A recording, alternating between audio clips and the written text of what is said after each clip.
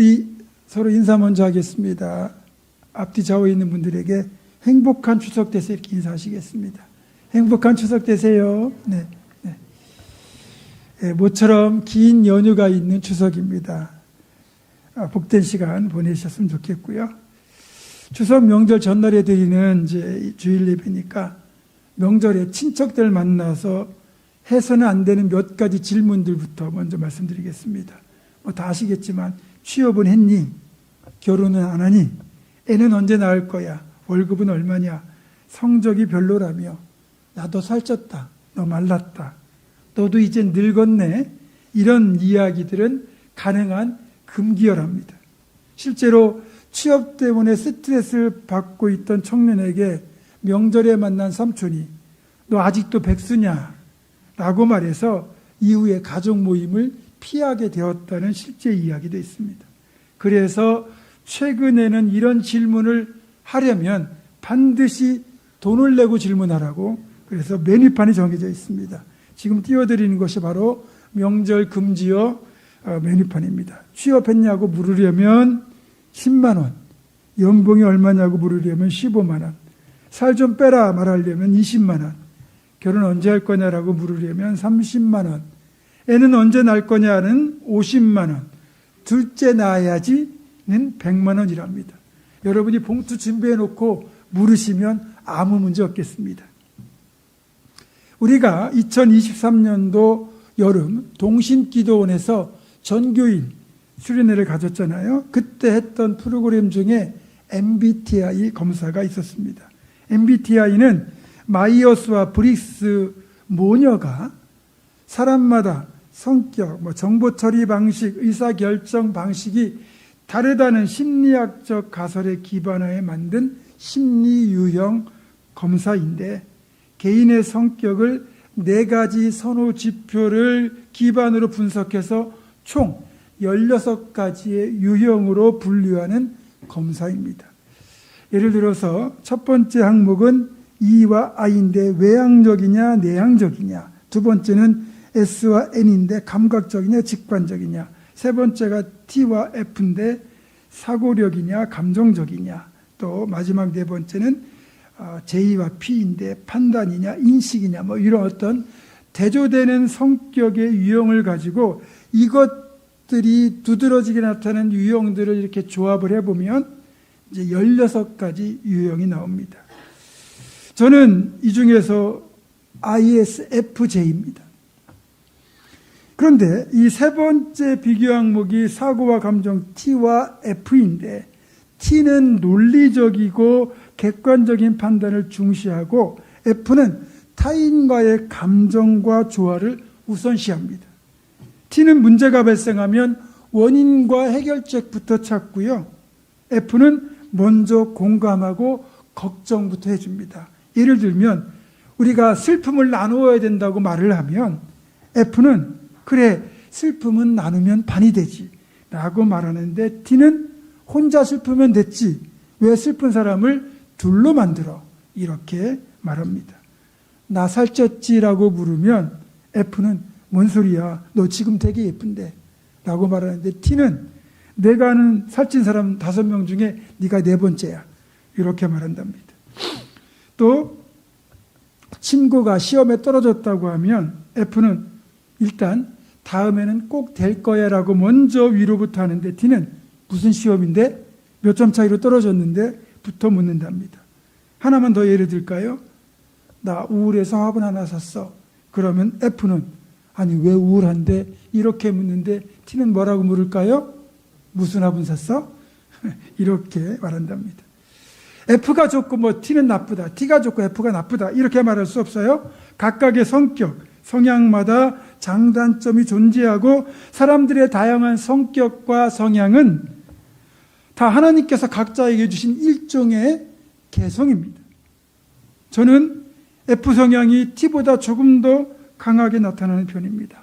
자, 그러면 묻겠습니다. 우리 하나님은 T일까요? F일까요?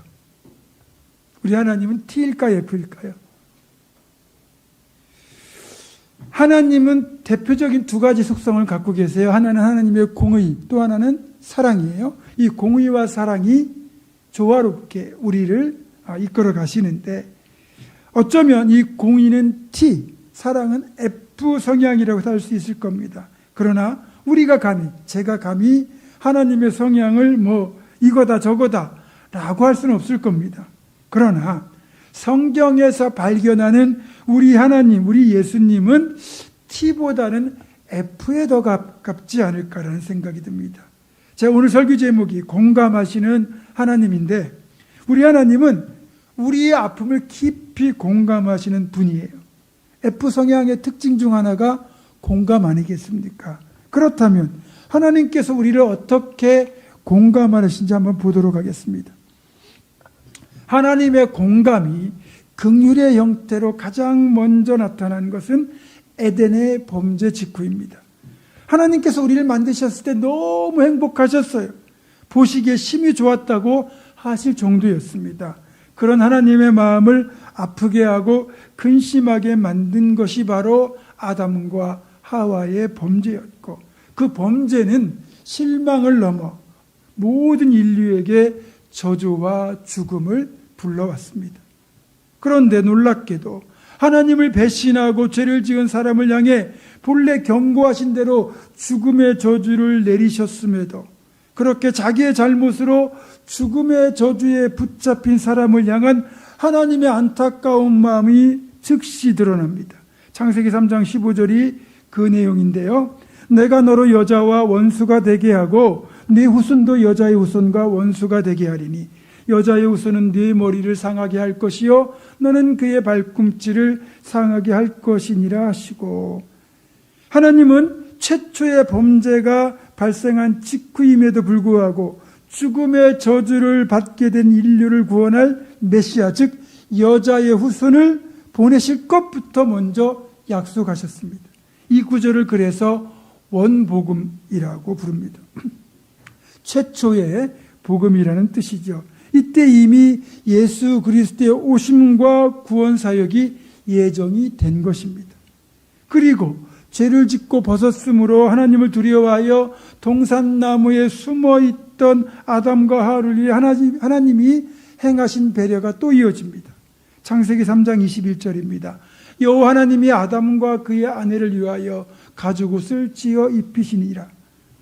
죄와 죽음, 수치의 굴레에 빠진 아담과 하와를 위해 하나님이 긍휼을 베푸셔서 가죽옷을 지어 입히십니다. 아담과 하와의 수치를 가리기 위하여 다른 피조물이 죽어야 하는 대속의 원리가 여기에서 처음 등장하죠. 이것이 훗날 희생, 대속 제사의 원리입니다. 여기에서 에덴의 범죄 짓고 나타난 하나님의 대표적인 속성 두 가지, 공의와 사랑이 동시에 나타났지만 그럼에도 솔직히 하나님의 공의보다 하나님의 사랑이 우리에게 더 크게 다가옵니다. 범죄한 인간을 향하여 구원을 약속하시고 수치를 가리는 가죽옷을 지어 입히시는 하나님의 사랑이 더 크게 나타난다는 겁니다. 이런 하나님의 마음은 범죄한 이스라엘 백성들을 향하여 끊임없이 선지자를 보내셔서 제발 돌아오라고, 회개하고 회복되라고 간청하시는 것으로 계속 드러납니다. 구약 성경의 대부분의 메시지가 이런 내용입니다. 그만큼 하나님의 사랑은 우리의 아픔과 처지를 공감하는 것으로 나타납니다. 이런 하나님께서 우리를 공감하시는 최고의 공감은 다름 아닌 성육신이라고 할 수 있습니다. 이걸 조금 더 설명해 보겠습니다. 신약 성경 히브리서는 어떤 것이 진정한 믿음인지를 알려주는 성경입니다. 정리하면 진정한 대제사장이신 예수 그리스도를 붙드는 것이 진짜 믿음이다, 이렇게 알려주고 있어요. 히브리서 4장 14절입니다. 그러므로 우리에게 큰 대제사장이 계시니 승천하시니 곧 하나님의 아들 예수시라. 우리가 믿는 도리를 굳게 잡을지어다. 자, 그러면 우리가 굳게 잡아야 될 믿는 도리가 무엇일까요? 쉽게 말해서 사도신경을 생각하시면 됩니다. 교회가 생긴 이후 우리가 믿는 도리를 창조부터 십자가와 부활까지 핵심만 축약한 진리를 모은 것이 바로 사도신경입니다. 이 믿는 도리의 중심에 하나님의 아들이신 예수, 우리의 큰 대제사장이신 예수 그리스도께서 계신 겁니다. 자, 대제사장, 예수님을 큰 대제사장이라고 한 이유는 무엇인지 보겠습니다. 구약에서 대제사장은 1년에 딱 한 차례, 유대력으로 7월 10일에 해당하는데, 이날 자신을 정결하게 한 뒤에 제사장의 예복을 입고 지성소에 들어가서 하나님을 만납니다. 그리고 그 자리에서 이스라엘 모든 백성들의 죄를 하나님으로부터 용서를 받습니다. 또 하나님께서 이스라엘 백성에게 베푸실 복을 자신이 하나님으로부터 받아서 밖에 나와 이스라엘 백성들에게 전달하는 역할을 합니다. 그러니까 대제사장은 죄인된 사람들과 거룩하신 하나님 사이에서 중재자, 중보자의 역할을 감당하는 겁니다. 그럼에도 대제사장 자신도 사실은 결국은 죄인입니다.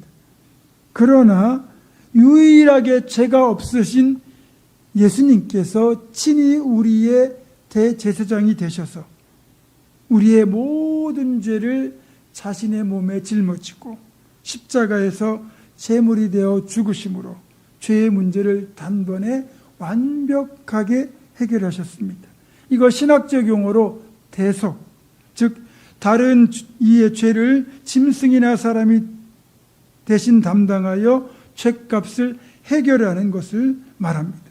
그러니까 대속자이신 예수 그리스도를 나의 구주로 믿는 사람은 누구나 구원을 받을 수 있게 된 거죠.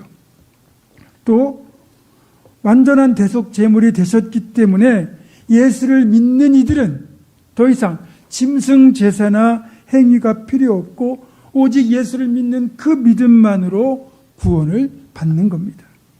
늘 말씀드리는 사실이지만 이런 대속의 은혜가 우리에게 주어지기까지는 성부 하나님께서 독생하신 아들 예수를 우리에게 내어주시는 결단이 있어야 했고, 또 아들이신 예수께서 그 뜻에 순종하여 창조주의 자리를 포기하시고 이 땅에 인간의 몸을 입고 오셨고, 그리고 더 나아가 십자가에 못 박혀 피를 흘리시고 죽으셔야 하는 엄청난 고난을 감당하셔야만 했습니다.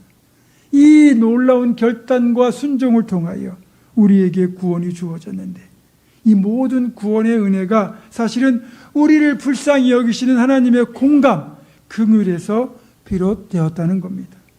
그러니까 이것만으로 우리는 감당할 수 없는 엄청난 큰 은혜를 입은 거예요. 그런데 더 놀라운 사실이 있습니다. 이런 구원의 은혜와 더불어 또 하나의 엄청난 은혜가 우리에게 주어졌다는 거예요. 그게 무엇일까요? 그건 바로 우리의 십자가에서 그렇게 죄의 문제, 죽음의 문제를 해결해 주신 주님이 지금도 우리를 위하여 하나님 보좌 우편에서 여전히 간구하고 계신다는 겁니다. 그 사실이 오늘 보면 로마서 8장 26절과 34절에 실려 있습니다. 먼저 26절의 말씀입니다. 이와 같이 성령도 우리의 연약함을 도우시나니 우리는 마땅히 기도할 바를 알지 못하나 오직 성령이 말할 수 없는 탄식으로 우리를 위하여 친히 간구하시느니라. 아멘. 34절입니다. 누가 정죄하리요? 죽으실 뿐 아니라 다시 살아나신 이는 그리스도 예수시니 그는 하나님 우편에 계신 자요 우리를 위하여 간구하시는 자신이라. 아멘. 오늘 본문에서 우리를 위하여 하나님 보좌 우편에서 말할 수 없는 탄식으로 하나님 아버지께 간구하시는 성령님 그리고 예수님을 우리는 발견합니다. 심지어는 우리가 고통스러워 기도할 힘조차 없을 때 그때도 성령님이 우리를 대신하여 탄식으로 기도하신다는 겁니다. 어떻게? 주님이 어떻게 우리의 처지와 형편을 아시기에 이렇게 말할 수 없는 탄식으로 간구하시는 걸까요? 여기에 바로 하나님의 엄청난 공감이 자리하고 있는 겁니다. 여러분 중에서 여러분들 사랑하는 가족이나 사랑하는 성도, 이웃 중에 누군가가 아프다건 말을 듣거나 또 굉장히 어려운 일을 겪고 있다는 이야기를 들으면 여러분의 마음은 어떻습니까? 나도 모르게 마음이 무거워지고 그것 때문에 그날 잠을 이루지 못합니다. 내일처럼 기도하게 됩니다. 이걸 우리가 공감이라고 표현할 수 있습니다. 그러니까 누군가의 기쁨, 슬픔, 아픔에 대해 깊이 공감한다는 건 달리 말하면 그 대상에 대하여 그만큼 관심이 있고 사랑한다는 뜻이기도 합니다. 사랑이 클수록 공감의 크기도 비례하여 커지는 겁니다. 히브리서 4장 15절과 16절에는 정말 기가 막힐 정도로 우리를 이해하시는 하나님, 공감하시는 예수님, 그래서 긍휼을 베푸시는 예수님을 잘 표현하고 있습니다. 히브리서 4장 15절 16절입니다. 우리에게 있는 대제사장은 우리의 연약함을 동정하지 못하실 이가 아니요 모든 일에 우리와 똑같이 시험을 받으신 이로되 죄는 없으시니라. 그러므로 우리는 긍휼하심을 받고 때를 따라 돕는 은혜를 얻기 위하여 은혜의 보좌 앞에 담대히 나아갈 것이니라. 아멘. 우리 하나님은요, 모든 것을 아시고 모든 것을 헤아리시는 분입니다. 그럼에도 본질은 하나님은 창조주라는 거예요. 전능한 신이고 우리는 그분의 피조물인 인간이라는 겁니다. 전능하신 하나님 모든 걸 알고 계시기에 우리의 사정과 형편과 처지를 잘 알고 계신다고 하지만 솔직히 하나님은 인간이 아니지 않습니까? 그러니까 인간인 우리가 느끼고 경험하는 우리의 아픔을 아시고 이해하신다는 건 뭔가 와닿지 않아요. 그런데 지금 읽은 히브리서 4장 15절을 보니까 우리 예수님, 하나님이신 우리 예수님이 우리와 똑같은 체험을 통해 우리를 깊이 이해하게 되었다고 말씀하고 있습니다. 그런 예수님이 말할 수 없는 탄식으로 우리를 위해 간구하신다는 건 우리의 문제를 예수님 당신 자신의 문제처럼 여기게 되었다는 거잖아요. 이렇게 우리를 깊이 이해하시는, 그래서 탄식으로 간구하실 만큼 예수님이 우리를 공감하시는 이유가 무엇일까요? 크게 두 가지가 있습니다. 하나는 그만큼 우리를 아끼고 사랑한다는 뜻입니다. 또 하나는 직접 우리의 고난을 예수님이 체험하셨기에 그만큼 깊이 우리를 이해하시게 되었다는 뜻입니다. 충남 논산 시골에서 농사를 짓던 제 아버지께서 자녀 교육을 위해서 1977년에 이제 대전으로 이사를 하셨습니다. 이런 우여곡절로 이런저런 우여곡절로 많은 이제 재정적 손실을 입은 상태에서 가족의 생계를 위하여 아버지가 이제 하게 된 일이 벽돌 쌓는 일입니다. 건축 현장의 막노동이죠. 저도 군복무를 마치고 대학 입시를 준비하기 전까지 2개월 정도 막노동을 했는데 그때 했던 막노동이 아버지가 일하시는 그 현장에서 벽돌을 지게 지고 나르는 자벽부 일이었습니다. 시멘트 벽돌 한 장, 이만한 거, 그 한 장 무게가 2.1kg이에요. 그러면 보통 벽돌을 지고 나르는 그 벽돌 지게가 있습니다. 지금이야 뭐 그렇게 안 하지만 여기 한 30장 조금 넘게 쌓아요. 그러면 이론적으로는 62kg이 돼요. 평지에서 벽돌을 지고 나를 때는 벽돌을 좀 더 많이 이렇게 쌓아서 나르고 또 계단을 올라가서 위층으로 올라가야 되는 그런 상황일 때는 벽돌을 조금 적게 올려서 덜 힘들게 합니다. 그래서 이 이제 벽돌을 평지에서 나르는 것도 쉬운 일은 아니지만 계단을 올라가려면 이게 굉장히 힘든 일이기 때문에 층수가 높으면 각 층마다 이제 사람이 한 명씩 배치되어 있어가지고 한 층씩만 올라갑니다. 이렇게. 그러면 자기가 지고 있던 벽돌을 지게를 내려놓으면 그걸 속칭 받아치기라는 거 하는 거예요. 그러니까 한 층만 지고 올라가면 되니까 덜 힘들겠죠. 그런데 지금은 이제 이거를 크레인이나 아니면 사다리차를 이용해서 쉽게 올립니다. 하지만 40여 년 전이니까 그때만 해도 일일이 다 이 사람의 몸으로 그걸 감당해야 됐어요. 이제 문제는 뭐냐면 받아치기를 할 자벽부가 없을 때입니다. 그러면 혼자서 5층 정도 높이까지 벽돌을 이제 날아야 되는데, 한 번에 가능한 한 이제 많이 날아야 오르내리는 횟수를 줄일 수 있는데, 너무 많이 올리면 힘들고 적게 올리면 효율이 떨어지고, 그래서 평상시보다 조금 양을 줄여서 오르내리긴 하지만, 제 경험상 그때는 체력이 팔팔할 때인데도 불구하고 한 3층쯤 올라가면 이제 다리가 떨립니다. 그리고 4층쯤 올라가면 숨이 턱 막힙니다. 마지막 한 층이 남았는데 마지막 한 층을 더 올라가려면 정말 죽을 것 같은데 순전히 사명감 하나로 지고 올라갑니다. 그걸 하루 종일 반복해야 돼요. 얼마나 힘들었는지 모릅니다. 그때마다 저는 두 가지 생각이 떠올랐어요. 아버지께서 이렇게 힘든 일을 하시면서 우리를 키우고 가르치셨구나 하는 아버지에 대한 고마움과, 진짜 앞으로 열심히 공부해서 대학에 가야 되겠다, 그래야 이런 힘든 일을 안 하지 라는 다짐이었습니다.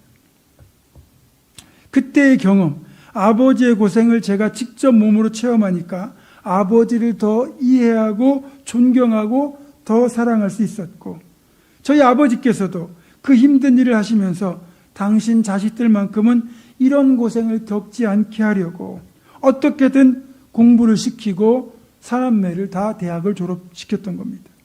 아마도 세상의 모든 부모는 다 이런 마음일 겁니다. 이렇게 직접 온몸으로 경험하는 체험을 통한 공감은 생각만으로 갖는 공감과는 차원이 다릅니다. 어쩌면 이런 측면에서는 우리 하나님도 크게 다르지 않을 겁니다. 왜냐하면 하나님이 친히 사람이 되셔서 우리의 희로애락, 생로병사를 직접 겪으셨잖아요. 그래서 하나님 우리를 더욱 깊이 공감하시게 되었고, 그런 공감하시는 하나님의 은혜가 우리에게 지금 임하고 있는 겁니다. 그렇다면 하나님의 공감이 최종적으로 어떤 결과를 가져올까요? 하나님의 공감은 최종적으로 우리의 삶을 선한 방향으로 이끌어 간다는 겁니다. 오늘 보면 28절은 이렇게 말합니다. 우리가 알거니와 하나님을 사랑하는 자 곧 그의 뜻대로 부르심을 입은 자들에게는 모든 것이 합력하여 선을 이루느니라.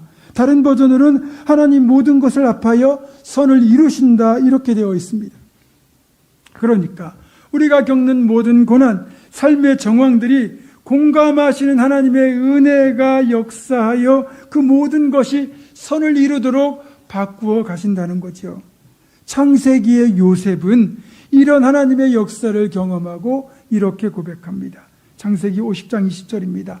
당신들은 나를 해하려 하였으나 하나님은 그것을 선으로 바꾸사 오늘과 같이 많은 백성의 생명을 구원하게 하시려 하셨나니. 아멘. 공감하신 하나님의 그 공감은 우리의 삶에서 전화위복의 역사를 행하신다는 거예요. 우리가 겪는 고난, 실패와 좌절까지도 하나님께서 우리를 공감하시기에 결국은 그것이 선하게 바뀌는 역사가 나타난다는 것이요. 물론 하나님의 공감은 공감 그 자체로 놀라운 위로와 능력이 있습니다. 이렇게 우리에게 공감하신 하나님이 이제 우리에게 다른 이들의 사정에도 공감할 것을 요구하십니다. 로마서 12장 15절입니다. 즐거워하는 자들과 함께 즐거워하고 우는 자들과 함께 울라. 사랑하는 성도 여러분, 우리 모두는 한 사람도 예외 없이 공감이 필요한 존재입니다. 이번 추석 명절에는 만나는 이들의 상황을 하나님의 마음으로 좀 더 공감했으면 좋겠습니다. 우리의 입술에서 그렇구나, 기도할게, 그럼에도 나는 너를 응원할게, 이렇게 말했으면 좋겠습니다. 공감하시는 하나님으로 인해 우리가 힘을 얻었기에 이제 우리의 공감을 통해 다른 이들이 힘을 얻었으면 좋겠습니다. 우리의 믿는 도리가 되시는 대제사장이신 예수 그리스도, 우리를 공감하시는 하나님을 꼭 붙들고 어떤 상황에서도 용기를 잃지 않고 소망 가운데 믿음으로 살아가는 우리가 되기를 주님의 이름으로 축원합니다. 기도하겠습니다. 우리에게 깊이 공감하시는 아버지 하나님, 하나님의 공감으로 구원받고 복되게 살아가는 우리가 이제 다른 이들에게 깊이 공감하며 하나님께서 행하신 위로와 치유 회복의 역사를 우리도 이루게 하여 주시옵소서. 우리 주 예수 그리스도의 이름으로 기도드립니다. 아멘.